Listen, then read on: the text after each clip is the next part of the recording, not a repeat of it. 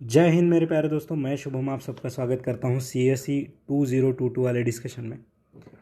तो देखिए यहाँ पे जो फर्स्ट क्वेश्चन है हमारा, ठीक है, इस वीडियो का कहता है high clouds primarily reflect the solar radiation and cool the surface of earth and low clouds have the high absorption infrared radiation emanating from the earth surface and thus cause warming effect. यहाँ पे देखिए दोस्तों, simple जो हमारा दो statement देखिए, high cloud लो cloud, और इनके बारे में यहाँ पे इंफॉर्मेशन है। ये सीधा सीधा एग्जामिनर ने यहाँ पे कर दी है स्वैप। बस ये हाई की जगह पे लो लिख दीजिए तो ये स्टेटमेंट सही हो जाएगा, और लो की जगह पे हाई लिख दीजिए तो ये स्टेटमेंट सही बन जाएगा। बट ऐसा नहीं लिखा हुआ तो आंसर क्या आ गया यहाँ पे डी, नीदर 1 और 2। ठीक है, तो यहाँ पे क्या आएगा दोस्तों, जो हाई क्लाउड्स होते हैं ये हाई एब्जॉर्व करते हैं इंफ्रारेड रेडिएशन को, ठीक है, and cause the warming effect. And जो लो क्लाउड होते हैं ये रिफ्लेक्ट करते हैं और कूल डाउन करते हैं अर्थ के सरफेस को। नेक्स्ट अगला क्वेश्चन देखिए यहाँ पे, क्वेश्चन नंबर 82। 3 स्टेटमेंट है।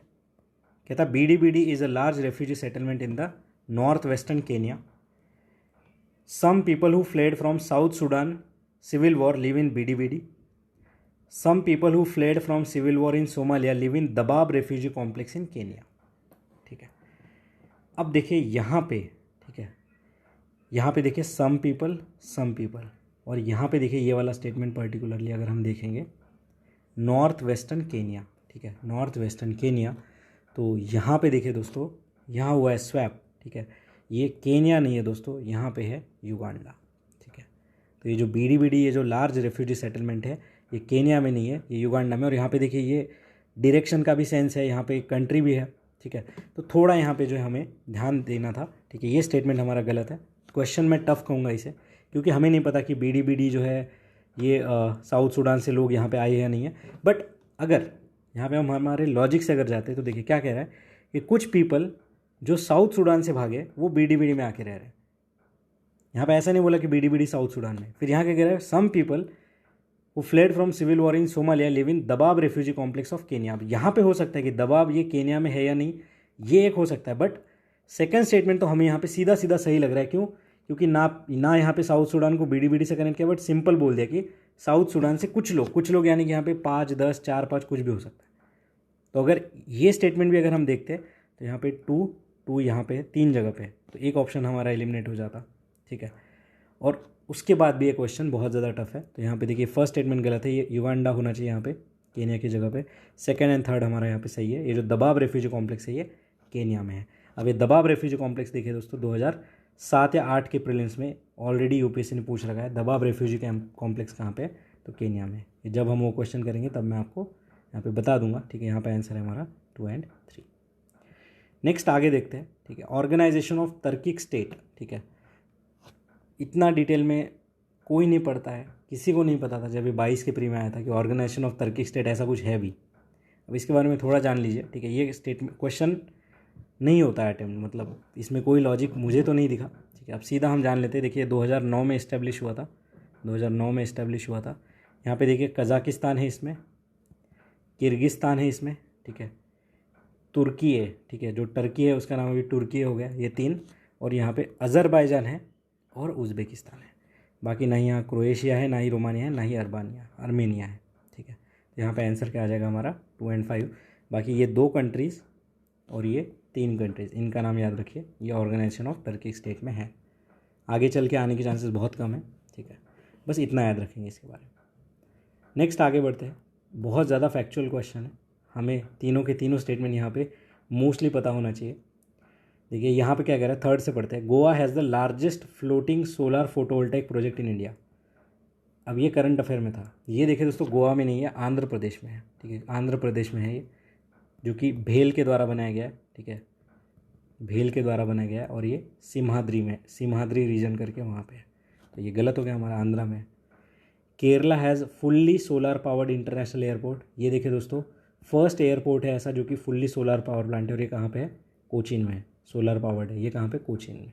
ठीक है, और इससे देखिए चैम्पियन ऑफ अर्थ अवार्ड भी मिल रखा है, चैम्पियन ऑफ अर्थ अवार्ड भी मिल रखा है। तो ये स्टेटमेंट सही है। और फर्स्ट देखिए यहाँ पे गलत है, Gujarat has the largest solar park in India. नहीं है दोस्तों, गुजरात में नहीं है, ये राजस्थान में है, और इसका नाम क्या है, भादला सोलर पावर प्लांट। अब ये वीडियो जो बना रहा हूँ ना मैं, उस हिसाब से अभी भादला सोलर पार्क है, आगे चल के कोई और बन सकता है यहाँ पे, ठीक है। तो ये भादला सोलर पार्क है, ठीक है। तो ये राजस्थान में है भादला, गुजरात में नहीं है, केरला में कोचीन में है और गोवा में नहीं है, आंध्र प्रदेश में। तो इस हिसाब से हमारा आंसर क्या बना यहाँ पे, आंसर बना 2 ओनली। क्वेश्चन टफ था, ठीक है। आगे देखिए, UN convention on laws of seas से रिलेटेड एक क्वेश्चन है, UN convention on laws of seas, ठीक है। तो देखिए इतना डिटेल में कोई नहीं पढ़ता है, ठीक है, और मैं एक्सपेक्ट भी नहीं करता कि इतना डिटेल में किसी ने पढ़ा होगा। जिसने ये कन्वेंशन बनाया होगा उसे ही पता होगा, ठीक है। अब देखिए, coastal state has a right to establish a breadth of territorial sea up to limit not exceeding 12 nautical mile measure from the base line determine in accordance with the convention, correct है, ठीक है। ये 12 mile देखिए, ये थोड़ा याद रखिए। Second देखिए, ships of all state whether coastal और land lock enjoy the right of innocent passage through territorial sea, correct. Third देखिए, exclusive economic zone shall not extend beyond 200 nautical mile from the base line which has breadth of territorial sea measured. तीनों statement सही है, यहाँ पे कोई ज़्यादा चीज़ explanation करने की नहीं है, ठीक है। एज इट इज स्टेटमेंट देखिए, इतना बड़ा तो ये पैराग्राफ ही है, इसको और क्या इसमें वैल्यू एडिशन करेंगे हम, ठीक है। तो ये इतना ही याद कर लेंगे ना अब तो भी बहुत है, ठीक है। तो यहाँ पे आंसर है 1 2 3, तीनों के तीनों स्टेटमेंट यहाँ पे सही है। तीनों की हमें नॉलेज होनी चाहिए थी, कोई यहाँ पे जो है हम लॉजिक या फिर एलिमिनेशन नहीं अप्लाई कर पाते। देखिए हर क्वेश्चन में लॉजिक एलिमिनेशन अप्लाई नहीं होता है, ठीक है, ये चीज़ भी जानना बहुत ज़रूरी है। आगे देखते हैं, सेनकाकू आइलैंड से रिलेटेड क्वेश्चन है, ठीक है। सेनकाकू आइलैंड्स, 4 ऑप्शन है हमारे, चलिए डी देखते हैं। Through International Court of Justice declared them as a no man's island and some South East Asian country claim them. A permanent American military base has been set up there to help Taiwan to increase the defense capability. China and Japan engage in maritime dispute over the island in East China Sea, and it is generally believed that there are artificial islands made by the country around South China Sea. देखिए दोस्तों, ये जो Senkaku islands है news में थे 2022 के time पे, ठीक है। क्वेश्चन मैं टफ कहूँगा। अब यहाँ पे देखिए आंसर है हमारा, चाइना एंड जापान जो है यहाँ पे ईस्ट चाइना सी में डिस्प्यूटेड है सेनकाकू आइलैंड्स, ठीक है। बट यहाँ पे जो बाकी सी और डी ऑप्शन है ना, ये बहुत ही इंपॉर्टेंट है हमारे अगले प्रीलिम्स के लिए। इसका तो आंसर हमने देख लिया सेनकाकू वाला, ठीक है। अब देखिए, ये जो परमानेंट अमेरिकन मिलिट्री बेस की बात कर रहा है, ये कहाँ पे दोस्तों, ये देखिए एक दीगो गार्सिया करके है एक आइलैंड, दीगो गार्सिया, जो कि इंडियन ओशन रीजन में है, ठीक है। दीगो गार्सिया जो कि इंडियन ओशन रीजन में है, ठीक है। अब यहाँ पे और एक चीज़ बहुत इंटरेस्टिंग है, दीगो गार्सिया देखिए दोस्तों, यहाँ पे अमेरिकन मिलिट्री बेस है, बट ये डिस्प्यूटेड टेरिटरी है किसके बीच में, यूके एंड मॉरिशियस, ठीक है। यूके एंड मॉरिशियस के बीच में ये डिस्प्यूटेड टेरिटरी है, ठीक है, मॉरिशियस। तो ये आप याद रखिए, ठीक है, यूके एंड मॉरिशियस के बीच में डिस्प्यूटेड टेरिटरी है दीगो गार्सिया। फिर देखिए और एक यहाँ पे मिलिट्री बेस है गुआम बेस, ठीक है, गुआम बेस। फिर देखिए और यहाँ पे एक है ओकिनावा बेस, ओकिनावा बेस जो कि जापान के पास है, ठीक है। अभी गुआम बेस कहाँ पे दोस्तों, आपने मरियाना ट्रेंच, मरियाना आइलैंड सुना होगा, इसी के पास है ये, ठीक है, गुआम बेस। और ओकिनावा कहाँ पे है, जापान के पास है। तो ये नाम याद रखिए, गुआम बेस, ठीक है, ओकिनावा बेस, दीगो गार्सिया, इन पे क्वेश्चन आ सकता है। नेक्स्ट देखिए यहाँ पे इंटरनेशनल कोर्ट ऑफ जस्टिस, इसका जो यहाँ पे मेंशन है ये बहुत इंपॉर्टेंट है। देखिए दोस्तों, ये जो है एक प्रिंसिपल ऑर्गन है, प्रिंसिपल ऑर्गन है ऑफ यूनाइटेड नेशन, जो कि 1945 में बना है, ठीक है। इसका हेडक्वार्टर देखिए हेग, नीदरलैंड्स में है, ठीक है। अब यहाँ पे देखिए जो इंटरनेशनल कोर्ट ऑफ जस्टिस है, इसमें 15 जजेस होते हैं और इनका 9 ईयर टेन्योर होता है, ठीक है, 9 ईयर का टेन्योर होता है। और ये इलेक्ट करे जाते हैं by United Nation General Assembly, ठीक है। और यहाँ पे देखिए जो 1/3 इलेक्टेड होते हैं एवरी 3rd ईयर, यहाँ पे देखिए 1/3 जो है वो इलेक्ट होते हैं एवरी 3rd ईयर, ठीक है। तो इनका जो टेन्योर है वो 3 ईयर का है, ऐसे आप समझ लीजिए यहाँ पे, और वो रिटायर होते जाते हैं 1/3। और यहाँ पे देखिए री इलेक्शन पॉसिबल है इनका। तो ये इन्फॉर्मेशन याद रखिए, 15 जज होते हैं, 9 ईयर का टेन्योर होता है, 1/3 जो है रिटायर होते हैं हर 3rd ईयर, ठीक है। इलेक्शन जो है यूनाइटेड नेशन जनरल असेंबली के थ्रू होता है यहाँ पे, ठीक है। और यूएनएससी का भी यहाँ पे जो रोल होता है, यूनाइटेड नेशन सिक्योरिटी काउंसिल का, ठीक है। और हेग में इसका हेडक्वार्टर है। नेक्स्ट देखिए यहाँ पे 87 नंबर का क्वेश्चन है, ठीक है। अब यहाँ पे पूछा है कि important reason for the countries in news, देखिए Chad, Guinea, Lebanon, Tunisia. Tough question है मेरे हिसाब से, ठीक है। यहाँ पे देखिए 3 पेयर सही है दोस्तों। ये गिनी में देखिए सस्पेंशन ऑफ कॉन्स्टिट्यूशनल गवर्नमेंट हुआ है, लेबनान में देखिए यहाँ पे इकोनॉमिक डिप्रेशन है, और ट्यूनीशिया में देखिए यहाँ पे सस्पेंशन ऑफ पार्लियामेंट हुआ है बाय प्रेसिडेंट। चाड के बारे में जो इन्फॉर्मेशन है दोस्तों, setting of a permanent military base, ये गलत है। ये मिलिट्री बेस चाइना ने कहाँ सेट किया है, ये इक्वेटोरियल गिनी में यहाँ पे जो है इन्होंने करा है, ठीक है, इक्वेटोरियल गिनी। तो ये याद रखिए, चढ़ की जगह पे इक्वेटोरियल गिनी होना चाहिए। अब देखिए इसी क्वेश्चन को कैसे फिल्टर आउट करके क्वेश्चन पूछा गया, गिनी, चढ़, ठीक है, 2023 के प्री में आया कि यहाँ पे क्या हुए, सक्सेसफुल को हुआ है, ठीक है। तो यहाँ पे आंसर है ओनली 3। ये क्यों गलत है ये हमने देख लिया, और इसका 2023 से लिंकेज भी हमने समझ लिया। नेक्स्ट देखते हैं यहाँ पे जो अगला क्वेश्चन है, region often mention in news and countries, ठीक है। अब देखिए यहाँ पे ये भी थोड़ा टफ मैं क्वेश्चन कहूँगा, ठीक है, बट यहाँ पे आप स्वैपिंग वाला समझिए। देखिए कैटालोनिया देखिए दोस्तों स्पेन का पार्ट है, ठीक है। ये देखिए इस तरीके से थोड़ा स्वैपिंग हमें यहाँ पे समझना पड़ेगा। अब कैटालोनिया देखिए एक बारी PYQ में आ चुका है, ठीक है, कैटालोनिया, और ये बहुत ज़्यादा न्यूज़ में भी होता है क्योंकि एक सेपरेटिस्ट मूवमेंट यहाँ पे चल रही है स्पेन में, ठीक है। तो जैसे ही यहाँ पे ये आ गया तो ये तो गलत ही हो गया, तो ये दोनों चले गए, ठीक है। फिर देखिए एंतोलिया, ये टर्की में है, करेक्ट है। अम्हारा देखिए इथियोपिया में, ये भी करेक्ट है, ठीक है। पर ये कैबो डेलगाडो कहाँ पे है दोस्तों, ये देखिए मोजाम्बिक में है दोस्तों, ये मोजाम्बिक। अभी क्यों न्यूज़ में आया था, क्योंकि यहाँ पे टेरर अटैक हुआ था इसलिए ये न्यूज़ में आया था, ठीक है। कैबे डेलगाडो, ठीक है, मोजाम्बिक में हुआ था, ठीक है। कैटालोनिया स्पेन वाला चीज़, और ये दोनों यहाँ पे सही है। यहाँ पे आंसर क्या है, only 2 pair is correct, only 2 pair is correct. Next आगे बढ़ते हैं हम लोग। 89 नंबर का क्वेश्चन देखिए, with reference to laws about wildlife protection which one of the following statement is correct, ठीक है। अब यहाँ पे देखिए दोस्तों इस क्वेश्चन में भी बहुत ज़्यादा डाउट थे ऑफिशियल आंसर के आने के पहले, ठीक है। बट यहाँ पे अगर इन तीनों में देखेंगे तो सबसे ज़्यादा गलत कौन सा था, तो देखिए दोस्तों wild animal are the sole property of government. When wild animal is declare protected such animal is entitle for equal protection whether it is found in protected area और आउटसाइड। एंड थर्ड देखिए, apprehension of protected wild animal becoming danger to human life is sufficient ground for its capture and killing. अब तीनों में देखिए सबसे ज़्यादा anti conservation वाला कौन सा लग रहा है हमें, देखिए एप्रीहेंशन मतलब हिंदी में देखिए थोड़ा क्या कह रहा है, आशंका। अब एप्रीहेंशन तो कुछ भी हो सकता है, तो सबसे ज़्यादा जो गलत इसमें है ये था हमारा थर्ड, कि एप्रीहेंशन से ही यहाँ पे जो मार देंगे डायरेक्ट, तो थर्ड हटाइए। तो ये तो हमारा यहाँ पे गलत हो गया, तो ये हट गया, बचा देखिए 1, 2 एंड 2 ओनली। अब देखिए यहाँ पे बहुत सारे अलग अलग इंटरप्रिटेशन थे कि wild animal is sole property, कोई कह रहा था ये सही है, कोई कह रहा था गलत है, बट अल्टीमेटली UPSC ने जो अपना वर्डिक्ट दिया है उस हिसाब से ये स्टेटमेंट गलत है दोस्तों। सोल प्रॉपर्टी वाला ये गलत है, ठीक है। यहाँ पे आंसर क्या आ गया हमारा, 2 ओनली इज करेक्ट। मतलब if the wild animal is declare protected such animal is entitle for equal protection whether it is found outside the protected area.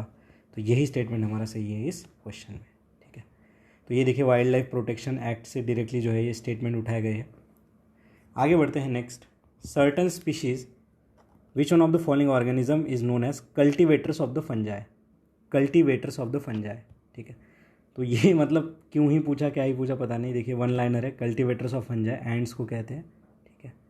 और यहाँ पे देखिए म्यूचुअलिज्म जो है, जैसे हम सिम्बायोसिस म्यूचुअलिज्म ये सब पढ़ते हैं, यहाँ पे म्यूचुअलिज्म का एक मोड है जहाँ पे फंजाई का जो फूड होती है, fungi as a food for ants यहाँ पे यूज़ होता है। जो फंजाई है उसको एंड जो है यहाँ पे एज अ फूड करके यूज़ करते हैं। तो कल्टिवेटर्स ऑफ फंजाई कौन है, ये है एंड्स। क्यों पूछा क्वेश्चन पता नहीं, but A is the answer. बाकी इसमें ज़्यादा कोई हम डिटेल में नहीं जाएंगे। नेक्स्ट अगला देखिए, एंशंट इंडिया से रिलेटेड क्वेश्चन है अभी यहाँ पे, ठीक है। Sites of Ashokan addict and location, ठीक है। अब यहाँ पे देखिए दोस्तों हमारा जो आंसर है वो है only 2 pair is correct. Pure factual question है, यहाँ पे कोई लॉजिक नहीं लग सकता। देखिए धौली ओडिशा में है, इर्रागोडी देखिए आंध्र प्रदेश में है, जौगोड़ा देखिए दोस्तों ये ओडिशा में है, और कलसी देखिए उत्तराखंड में है, ना कि कर्नाटक। तो बस ये करेक्शन यहाँ पे कर लीजिए, ठीक है। और ये साइड जो है थोड़ा याद रखिए, धौली, इर्रागोडी, जौगोड़ा एंड कलसी। यहाँ पे आंसर क्या है, ओनली 2 पेयर इज करेक्ट। आगे देखते हैं किंग एंड डिनेस्टी। ये भी थोड़ा टफ क्वेश्चन है, डायरेक्टली फैक्चुअल क्वेश्चन है, ठीक है। अब देखिए नानू का चंडेला, ये यहाँ पे करेक्ट है दोस्तों, मैच द पेयर, ठीक है। अब जय शक्ति यहाँ पे परमार नहीं है दोस्तों, जय शक्ति क्या है यहाँ पे चंडेला का ही है, ठीक है। नागभट्ट गुर्जरा प्रतिहारा ये यहाँ पे करेक्ट है। और भोजा देखिए दोस्तों ये परमारा किंग है, ठीक है। भोजा जो है ये परमारा किंग है, ठीक है। तो यहाँ पे आंसर क्या आ गया हमारा, ओनली 2 पेयर इज करेक्ट, ठीक है। Only 2 pair is correct. तो नागभट्टा सही है, नानू का सही है, जय शक्ति चंडेला है, और भोजा परमारा है, ठीक है। टफ क्वेश्चन है, ठीक है। कोई पैटर्न यहाँ पे नोटिस नहीं हुआ है और कोई लॉजिक नहीं लगेगा, सीधा अगर आता है तो आता है, नहीं तो नहीं। इसके बाद वाले क्वेश्चन में जो है हम यहाँ पे एलिमिनेशन अप्लाई कर सकते हैं। संगम लिटरेचर के बारे में क्वेश्चन है इन साउथ इंडिया। डी से पढ़ना चालू करते हैं। कहते हैं Sangam literature refer to magical force as irrational. देखिए negative word irrational. Sangam poem में हम no reference to warrior ethics. देखिए वॉरियर एथिक्स हमने वट्ट किरुतल देखा था, वॉरियर एथिक्स ही तो था वो। नो रेफरेंस देखिए negative word. Social classification of varna was known to Sangam poet. देखिए कितना प्लेन सा स्टेटमेंट। और फर्स्ट देखिए Sangam poets are devoid of any reference to material culture. Devoid. अब देखिए संगम लिटरेचर कितना बड़ा है, हज़ारों पेज का है। कहीं ना कहीं तो यहाँ पे मटेरियल कल्चर की बात हुई होगी, कहीं ना कहीं तो यहाँ पे देखिए जो वॉरियर एथिक्स की बात हुई होगी, कहीं ना कहीं यहाँ पे मैजिकल फोर्सेस की बात हुई होगी। तो ये तीनों यहाँ पे गलत है दोस्तों। और जो हमारा बचा यहाँ पे जो करेक्ट वाला है वो है बी, कि social classification is known to Sangam poet. कितना सिंपल स्टेटमेंट है, कोई यहाँ पे निगेटिव वर्ड नहीं है, कोई एक्सट्रीम वर्ड नहीं है। आंसर आ गया हमारा बी। नेक्स्ट देखते हैं अगला क्वेश्चन हमारा, ठीक है। योग वशिष्ठ सिंपली वन लाइनर, पता है तो पता है, नहीं तो नहीं। अब ये योग वशिष्ठ क्या है दोस्तों, तो ये किसने ट्रांसलेट किया था पर्शियन में by Nizamuddin Panipati during the reign of, ठीक है।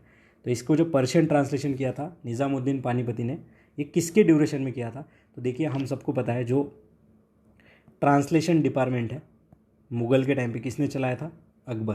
तो यहाँ पे देखिए ट्रांसलेशन की बात हो रही है। और इन चारों में अगर ऐसे जो इंटरेस्टिंग काम कौन करता था, तो इस तरीके से अगर जनरल थिंकिंग हम अगर अप्लाई करते तो यहाँ पे आंसर आ जाता ए, अकबर इज़ द आंसर, ठीक है। अब ये योग वशिष्ठ क्या है दोस्तों, ये वाल्मीकि जी ने लिखा है, ठीक है। योग वशिष्ठ वाल्मीकि जी ने लिखा है। और किससे रिलेटेड है, ये वेदांतिक फिलोसॉफी से रिलेटेड है, ठीक है। ये वेदांतिक फिलोसॉफी से रिलेटेड है। योग वशिष्ठ वाल्मीकि वेदांतिक फिलोसॉफी, ठीक है। अब ये जो ट्रांसलेशन डिपार्टमेंट था इसका नाम क्या था दोस्तों, मकतब खाना, ठीक है, मकतब खाना। तो ये आप यहाँ पे याद रखेंगे। नेक्स्ट देखिए अगला क्वेश्चन है हमारा, ये भी देखिए सीधा हमारा जो है सॉल्व हो जाएगा अगर हम सिंपली से सोचेंगे। तो कैसे अभी देखते हैं।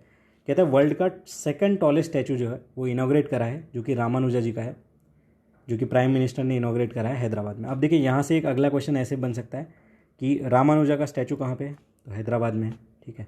ये टॉलेस्ट स्टैचू है क्या, नहीं, ये सेकंड टॉलेस्ट स्टैचू है, ठीक है। सिटिंग पोज की बात हो रही है यहाँ पे, तो ये भी याद रखिए। Which one of the following represent the teaching of Ramanuja. D से देखिए salvation was to be obtain through meditation, logical arguments were essential means, देखिए essential means to the highest bliss, देखिए extreme word, Vedas are eternal self existence and holy authoritative, and first देखिए best means of salvation was devotion, ठीक है।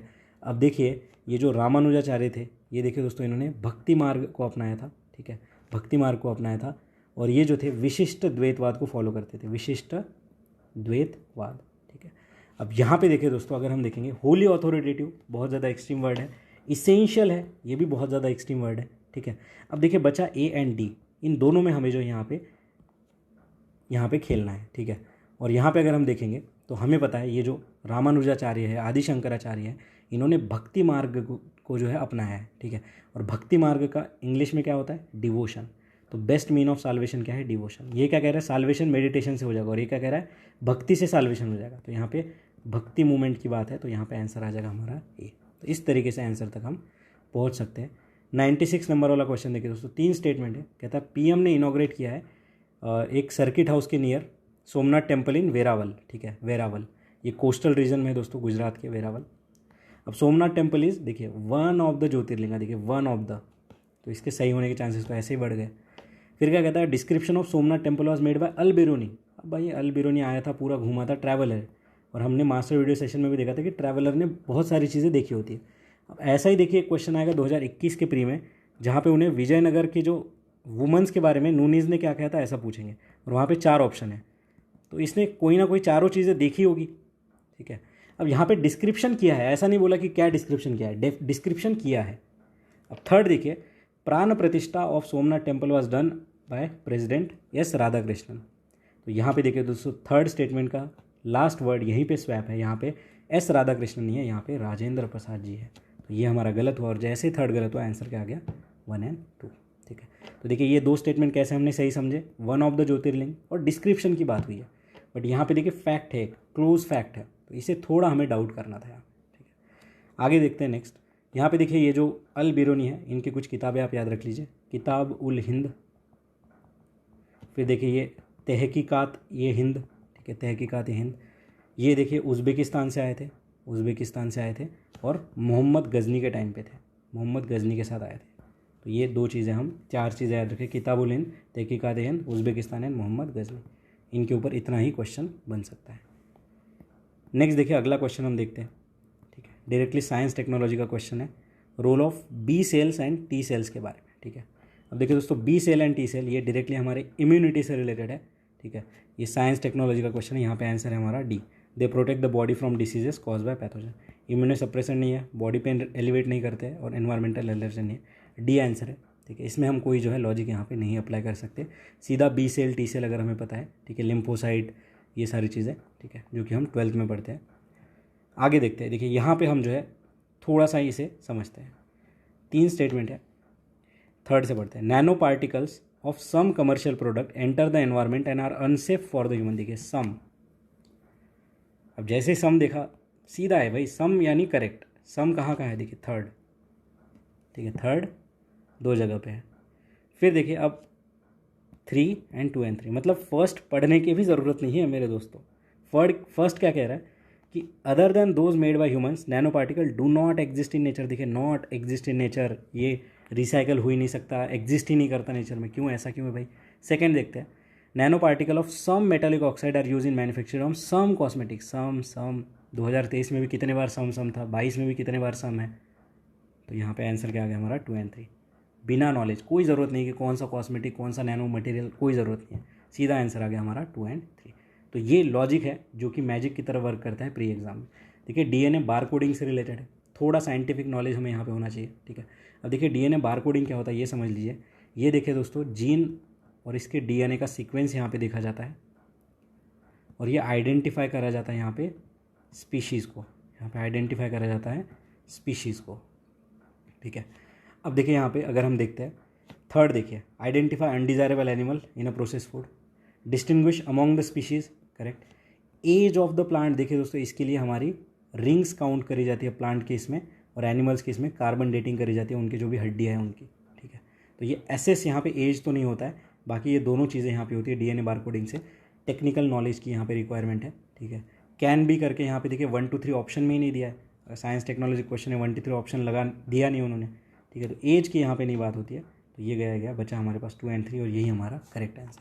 ठीक है, तो ये directly तो सॉल्व नहीं होता किसी लॉजिक से। ठीक है, बाकी देखिए 100 नंबर का क्वेश्चन बहुत ही ईजी है कि एसिड रेन किस चीज़ से होता है। सीधा है, हमने बहुत बारी पढ़ा है, nitrous oxide and sulphur dioxide, इन दोनों से ही एसिड रेन होता है। और यहाँ पे ऑप्शन देखिए 2 and 4। बाकी देखिए ओजोन एंड कार्बन मोनोऑक्साइड से एसिड रेन यहाँ पे नहीं होता है।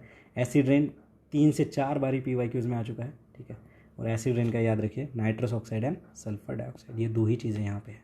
2 and 4 इज़ द आंसर। देखिए दोस्तों इस तरीके से हमने 2022 का पेपर पूरी तरीके से डिस्कस किया है। थोड़ा बड़ा डिस्कशन था। देखिए 2020, 21, 22 को टाइम लगेगा, उसके बाद हम जैसे 2018, 17 तक जाएंगे ना, तो थोड़ा टाइम यहाँ पे कम हो जाएगा। तो चलिए दोस्तों मिलते हैं नेक्स्ट वीडियो में नेक्स्ट वीक 2021 वाले पेपर के साथ। तब तक के लिए पढ़ते रहिए, मुस्कुराते रहिए, मिलते हैं ब्रेक के बाद। धन्यवाद।